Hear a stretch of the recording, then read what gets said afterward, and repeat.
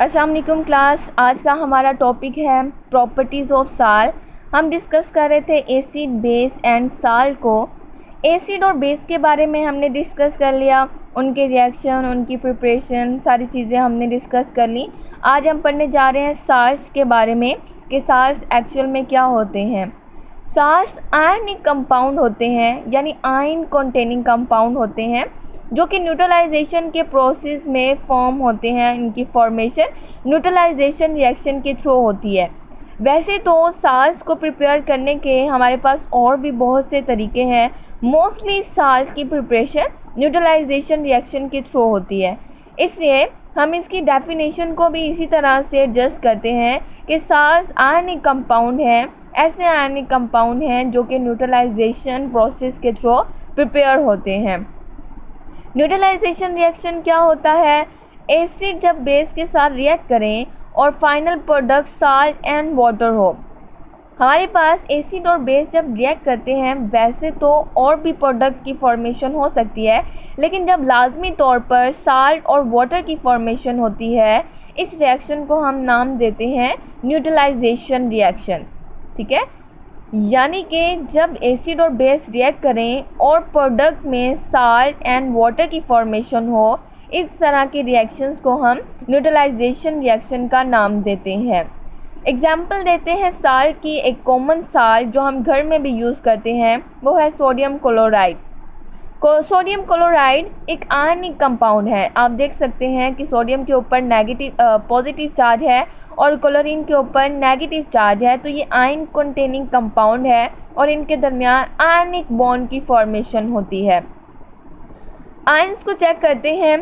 Sodium positive ion, negative ion, chlorine, इन्हें हम एक और नाम भी देते हैं कैटाइन एंड अनाइन का नॉर्मली। लेकिन जब हम इन्हें साल्ट्स के तौर पर डिस्कस करेंगे इन आयंस को, तो हम इनको एक और नाम देते हैं basic radical and acid radical.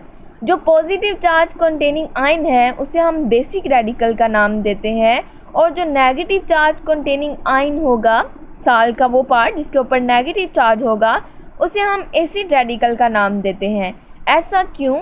क्योंकि ये जो पॉजिटिव वाला पार्ट होगा वो बेस से प्रोवाइड किया जाता है, बेस से डिराइव होता है, और जो नेगेटिव चार्ज वाला आयन है वो एक्चुअल में एसिड से डिराइव होता है, एसिड से प्रोवाइड किया जाता है।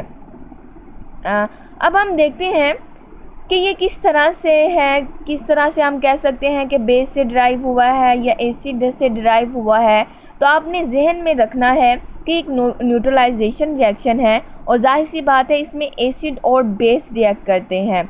एग्जाम्पल के तौर पर हम हाइड्रोक्लोरिक एसिड और सोडियम हाइड्रोक्साइड को चेक करते हैं। यहाँ देखिएगा, हाइड्रोक्लोरिक एसिड है और ये सोडियम हाइड्रोक्साइड बेस के तौर पर एक्ट करेगा। नतीजे के तौर पर साल्ट की फॉर्मेशन होती है। कौन सा साल्ट? सोडियम क्लोराइड, और साथ में वाटर की फॉर्मेशन हो रही है। तो ये प्रॉपर तरीके से एक न्यूट्रलाइजेशन रिएक्शन है। अगर हम साल्ट को चेक करते हैं, साल्ट में सोडियम है और क्लोरीन है। अब हम एसिड को देखें तो एसिड के पास क्लोरीन है और बेस के पास सोडियम है। साल्ट में सोडियम और क्लोरीन है। अब यहाँ से ये पता चल रहा है कि साल्ट में ये जो सोडियम प्रेजेंट है वो एक्चुअल में बेस ने प्रोवाइड किया था, और ये जो साल्ट में क्लोरीन है वो एसिड ने प्रोवाइड किया था। ठीक है, अब जो सोडियम है वो बेस ने प्रोवाइड किया था, इसलिए सोडियम को मैं एक बेसिक रेडिकल का नाम दूंगी, और जो क्लोरीन है वो एसिड ने प्रोवाइड किया था, इस वजह से मैं क्लोरीन को क्या नाम दूंगी? एसिड रेडिकल, क्योंकि ये किसने प्रोवाइड किया? एसिड ने प्रोवाइड किया। यहाँ ये बात क्लियर हो जाती है कि बेसिक रेडिकल और एसिड रेडिकल हम क्यों कहते हैं। तो इसलिए कहते हैं कि रिएक्शन है न्यूट्रलाइजेशन का, और रिएक्शन में एसिड और बेस ने रिएक्ट करना है। तो जब हमारे पास साल्ट की फॉर्मेशन होती है, तो साल्ट का वो पार्ट जो कि एसिड ने प्रोवाइड किया होता है उसे हम एसिड रेडिकल का नाम देते हैं, और वो पार्ट साल्ट का जो कि बेस ने प्रोवाइड किया होता है रिएक्शन के दौरान, उसे हम बेसिक रेडिकल का नाम देते हैं। बाकी जो OH बच जाता है और H का आयन बच जाता है वो आपस में मिलकर वाटर की फॉर्मेशन कर देते हैं, वाटर यहाँ फॉर्म हो जाता है। हमने ये इसका इंट्रोडक्शन पढ़ा, डेफिनेशन पढ़ी, एसिडिक एंड बेसिक रेडिकल के बारे में देखा। अब हम प्रॉपर्टीज़ की तरफ आते हैं, साल्ट्स की प्रॉपर्टीज़ की तरफ, उनको डिस्कस करते हैं। कुछ इम्पोर्टेंट कैरेक्टरिस्टिक्स हैं। Ionic compound in crystalline form, आप देख सकते हैं कि पहली लाइन में है ionic compound in crystalline form. Ionic compound हमने कह दिया कि साल्ट आयनिक कंपाउंड है, आयन कंटेनिंग कंपाउंड है, इनमें आयनिक बॉन्ड मौजूद है, चार्जेस प्रेजेंट होते हैं। देन जो दूसरा पॉइंट है क्रिस्टलाइन फॉर्म, यानी क्रिस्टल की स्ट्रक्चर देते हैं, सॉलिड फॉर्म में होते हैं। और कैसे सॉलिड होते हैं? Crystalline solid. दो तरह के सॉलिड होते हैं हमारे पास स्ट्रक्चर की बेस पर, अगर हम देखें अमॉर्फिस सॉलिड होते हैं एंड क्रिस्टलाइन सॉलिड। तो ये क्रिस्टलाइन सॉलिड है, क्रिस्टल की फॉर्म देते हैं, इनकी स्ट्रक्चर, इनके पार्टिकल क्रिस्टल की फॉर्म देते हैं। और क्रिस्टल में हर एंगल, हर शेप, आपस में एटम की डायरेक्शन एक फिक्स होती है और इनका मेल्टिंग एंड बॉइलिंग पॉइंट भी फिक्स होता है, ख़ास होता है। ये नहीं है कि ये किसी भी पॉइंट पर मेल्ट हो जाएंगे या किसी भी पॉइंट पर बॉयल हो जाएंगे, इनका ख़ास होगा कि अगर 78 पर इन्होंने मेल्ट होना तो वो 78 डिग्री सेल्सियस पर ही मेल्ट होंगे। ठीक है। देन है हमारे पास high melting and boiling point. इनका melting and boiling point high होता है सॉलिड फॉर्म में होने की वजह से, और दूसरी बात क्रिस्टलाइन फॉर्म में होने की वजह से। जब ये क्रिस्टलाइन फॉर्म में होते हैं, चार्जेस की फॉर्म में होते हैं, तो इनकी बॉन्डिंग स्ट्रॉन्ग हो जाती है, ये सॉलिड हो जाते हैं, स्ट्रॉन्ग हो जाते हैं, जिसकी वजह से एक चीज़ तो इनको मेल्ट करना और फिर बॉयल करना। मेल्ट करना तो सॉलिड को लिक्विड में लाना होता है और बॉयल करना तो उसी सॉलिड को लिक्विड में लाकर फिर उसको वेपर्स फॉर्म में लाना। तो मेल्ट करना बहुत मुश्किल हो जाता है, बॉयल करने के लिए तो फिर और ज़्यादा टेम्परेचर रिक्वायर होता है। तो high melting and boiling point. Then है most salt content water of crystallisation. Most important point, water of crystallisation, क्योंकि सारे के सारे साल्ट्स की यहाँ बात नहीं हो रही। कुछ साल्ट्स ऐसे होते हैं जो अपने साथ हमेशा कुछ ना कुछ वाटर के मॉलिक्यूल को अटैच फॉर्म में रखते हैं। हमारे पास साल्ट है, साल्ट का जो आयनिक कंपाउंड होते हैं उनके 1 मोल को हम फार्मूला यूनिट का नाम देते हैं। तो मैं ये कहना चाह रही हूँ कि एक फार्मूला यूनिट के पास कुछ ना कुछ अमाउंट वाटर की प्रेजेंट होती है, कुछ ना कुछ मोल, कुछ ना कुछ मॉलिक्यूल वाटर के प्रेजेंट होते हैं। जैसे कि यहाँ एग्जाम्पल में कॉपर सल्फेट है, CuSO4। ये हमारे पास एक ऐसा साल्ट है जो अपने साथ एक फार्मूला यूनिट, कॉपर सल्फेट का ज़्यादा सारी नहीं मैं बात कर रही, सिर्फ एक फार्मूला यूनिट की बात कर रही हूँ, जो अपने साथ 5 वाटर के मॉलिक्यूल को कंटेन करता है। यहाँ डॉट शो कर रहा है कि वो रिएक्ट नहीं करता, उसके साथ रिएक्शन नहीं करता, बल्कि उसके साथ एडजस्ट फॉर्म में उसके साथ प्रेजेंट रहता है। ठीक है। जैसे कि अगर हम एग्जाम्पल ले लेते हैं, घर के नमक की बात करते हैं, अगर हम उसको खुला ही छोड़ देते हैं, सेहन में रात के टाइम छोड़ देते हैं, तो नमी जो है, बुखारात जो हैं, वेपर जो है, वाटर के वेपर जो हैं वो उसके अंदर ऐड हो जाते हैं, शामिल हो जाते हैं, तो वो गीला गीला सा फील होना शुरू हो जाता है। ठीक है। लेकिन इनकी बात है, ये एक स्पेसिफिक तरह के साल्ट्स होते हैं, इनका मतलब ये नहीं होता कि पानी ऐड हो गया तो वो गीले हो जाते हैं, बल्कि ये अटैच रहते हैं, अपनी एक स्पेसिफिक स्ट्रक्चर बना के रखते हैं। अगर हम इसको देखते भी हैं तो इनका काम भी यही है, responsible for shape of crystal. Salts crystal की फॉर्म में होते हैं। अगर वाटर के मॉलिक्यूल उनके साथ प्रेजेंट है तो उनकी एक स्पेसिफिक स्ट्रक्चर होती है, उस स्ट्रक्चर की वजह से उनकी स्पेसिफिक प्रॉपर्टीज़ होती हैं। अगर कॉपर सल्फेट में से इसको मैं हीट अप करती हूँ, ये पाउडर फॉर्म में या सॉलिड फॉर्म में हमारे पास प्रेजेंट है कॉपर सल्फेट, इसको मैं टेस्ट ट्यूब में हीट करती हूँ। जब हीट करती हूँ वाटर के मॉलिक्यूल जो हैं वो एवेपोरेट हो जाते हैं। जब वाटर के मॉलिक्यूल एवेपोरेट हो जाएंगे, ये सिर्फ कॉपर सल्फेट बच जाएगा। अब इसकी प्रॉपर्टीज़ और होंगी। कॉपर सल्फेट जब उसके पास 5 वाटर के मॉलिक्यूल थे, उसकी स्ट्रक्चर, उसकी फिजिकल प्रॉपर्टीज़, उसकी अपीयरेंस डिफरेंट थी। अगर मैं कहूँ तो इसकी स्ट्रक्चर की वजह से इसका कलर ब्लू होता है। कॉपर सल्फेट का जब वो वाटर के मॉलिक्यूल को अपने साथ कंटेन करता है तो इसका कलर ब्लू होता है। जैसे ही मैंने इसको हीट अप किया, इसके 5 वाटर के मॉलिक्यूल यहाँ से एवेपोरेट हो गए, इसका कलर वाइट हो जाएगा। वाइट हो गया मतलब इसकी प्रॉपर्टीज़ चेंज हो गई। ठीक है, इस तरह से कैल्शियम सल्फेट है। कैल्शियम सल्फेट ऐसा साल्ट है जो अपने साथ, इसका एक फार्मूला यूनिट अपने साथ 2 वाटर के मॉलिक्यूल को कंटेन करता है या रखता है, अपने साथ अटैच करता है। अब ये जो वाटर के मॉलिक्यूल की हम बात कर रहे हैं कि जो साल्ट के साथ अटैच रहते हैं, उसके साथ प्रेजेंट होते हैं, इन वाटर के मॉलिक्यूल को हम नाम देते हैं वाटर ऑफ क्रिस्टलाइजेशन। यानी कि ऐसे वाटर के मॉलिक्यूल जो क्रिस्टल की शेप को एडजस्ट करने में हेल्प दे रहे हैं, उसकी प्रॉपर्टीज़ को मेंटेन कर रहे हैं, इन वाटर के मॉलिक्यूल को क्या कहते हैं? Water of crystallisation. अगर आपसे पूछा जाता है कि कॉपर सल्फेट में वाटर ऑफ क्रिस्टलाइजेशन की तादाद कितनी है, तो आप क्या कहेंगे? या आपसे इस तरह से पूछा जाता है कि वाटर ऑफ क्रिस्टलाइजेशन कितने हैं, तो आपने कहना 5 वाटर के मॉलिक्यूल हैं। कैल्शियम सल्फेट में पूछा जाता है तो आपने कहना है 2। या आपने अपने MCQs के लिए इसको याद रखना है।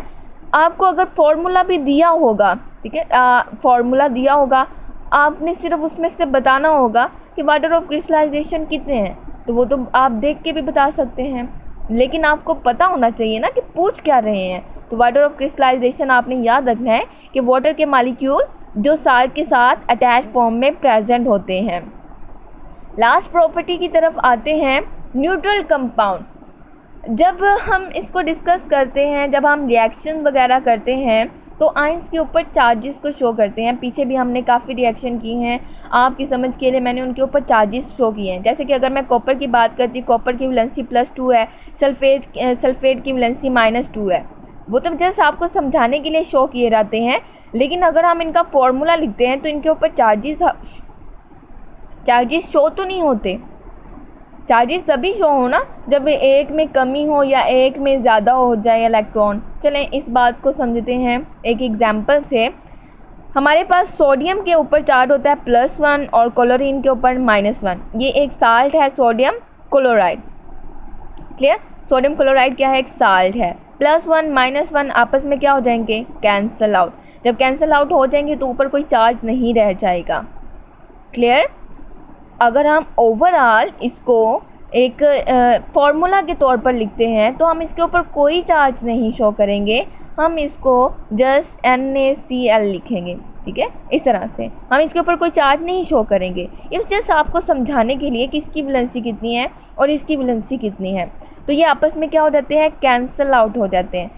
जब हमारे पास एक साल्ट के फार्मूला यूनिट में चेकआउट करते हैं तो उनमें equal number of charges present होते हैं। अगर equal number of charges present होते हैं तभी तो हम उनको एक न्यूट्रल स्ट्रक्चर के तौर पर शो कर सकते हैं, जैसे कि हमने ऊपर भी शो किया था।